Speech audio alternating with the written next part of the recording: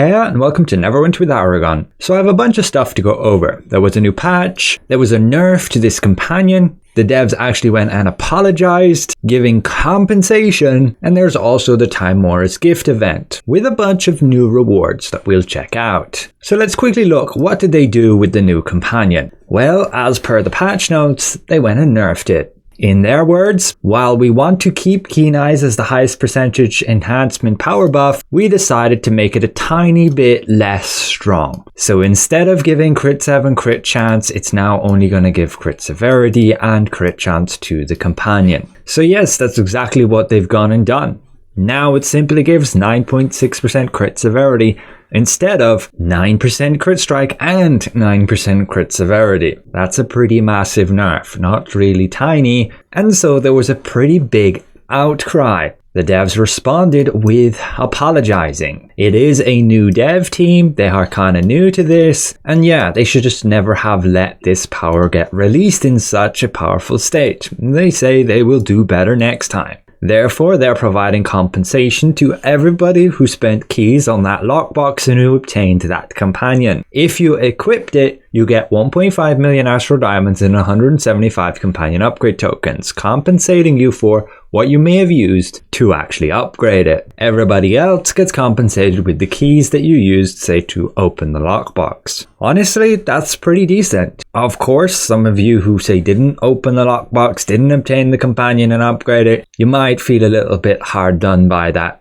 Now everybody's getting compensation and basically extra loot. But we can put it like this, you never intended to get the companion, at least now, and so there's no real need to compensate you. But yes, I'm one of them. I honestly think this is a better approach compensating players than not at all. And they did kind of have to nerf this power. The alternative was to improve all the other ones, which would kind of be a bit game breaking with regards to the sheer amount of stats. We can quickly look through the other fixes they made. They've gone and disabled the gravity or belt item that you can buy with the Zen market because there's a potential exploit. They've done some fixes to the Wrath Motor companion. It comes from the current battle pass. People are not exactly happy about this. They've gone and switched up his abilities. So before the update, it said that he would give defense for an enhancement ability and then critical avoidance as a utility or defense slot. But it was originally intended that it gives the critical avoidance as the enhancement and defense as the utility and defense power. Many of you may have got this companion for the exact reason that you could have extra defense as an enhancement ability. So this is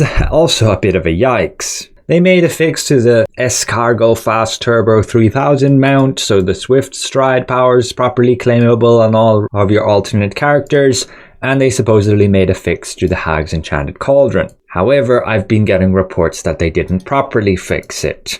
I hope the devs can have a look at it again, but they've said that they made it so the defense crit avoidance actually works. As my original tests showed, it just gave a 7.5% debuff. Now the defense works, but as per their tests, the critical avoidance doesn't work.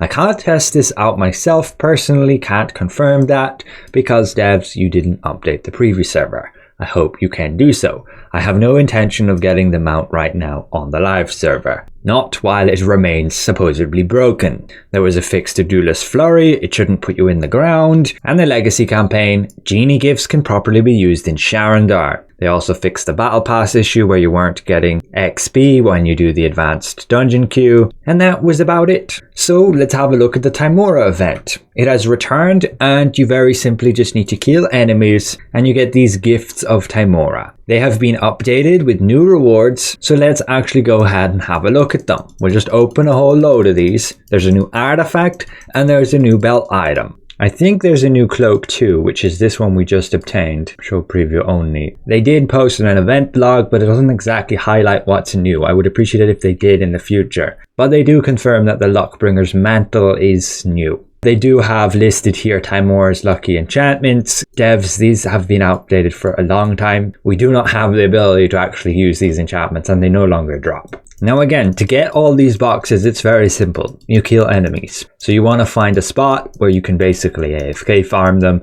get an AoE damage companion like Regis, Minotaur, Fiora, that does the job. So we opened over 700 of these. We already got 3 of the legendary new belt items. And ultimately it's the same as, say, the purple one, but now it's going to give a 5% of a random stat. Honestly, not very usable. I still wouldn't go with these over the tried and trusted Chain of Scales for tanks, Spider Totem, or Forger's Box for DPS, and this particularly for healers. So it's just a bit of a gimmick. You can sell it if you obtain it though, but just like 47,000 Astro Diamonds will probably go up after this event. And when you farm these boxes, you can also sell those. Over 1,500 Astro Diamonds per box is not so bad. But let's have a look at the artifact. There should be one of them here, yes. That gives 1,000 item level on green.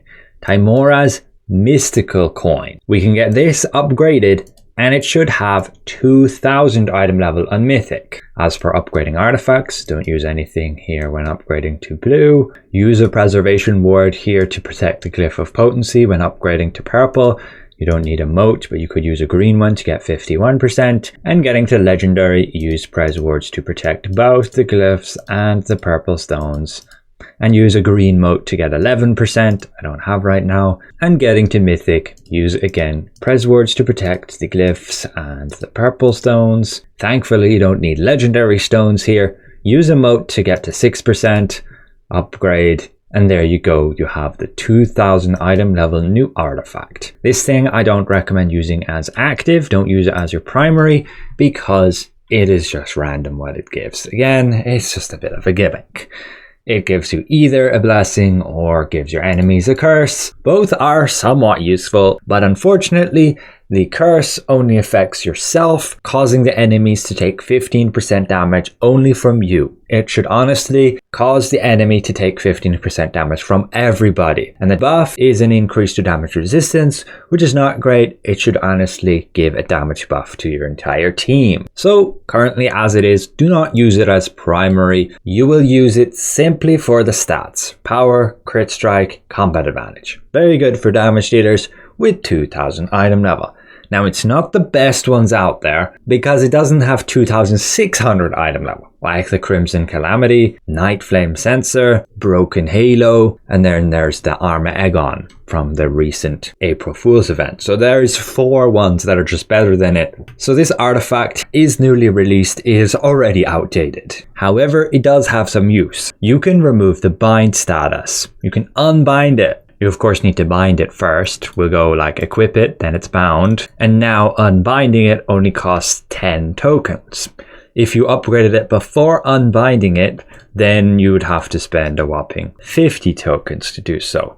But this then allows you, once unbound, to transfer to like alternate characters and always sell later down the road. We can do this here, spend 50 to unbind it. Again, before you upgrade it, just spend 10. And now we can put it in our bank, put it on alternate characters, and it's pretty useful for that item level then, if you don't have the other min-max ones that I just mentioned. But if you're looking how to get these Gifts of Tymora the best efficient way, it is usually just to go to Icewind Dale, Caer Konig, join one of the factions, 10 Towns or the Arcane Brotherhood, and then you can access the Dwarven Valley, at least I believe if you've done a certain amount on the campaign. Ideally, you'll be in an instance which isn't overcrowded. You will summon a multi-target damage companion. Keep in mind you don't have to upgrade them for them to deal decent damage. And you'll do like these guys.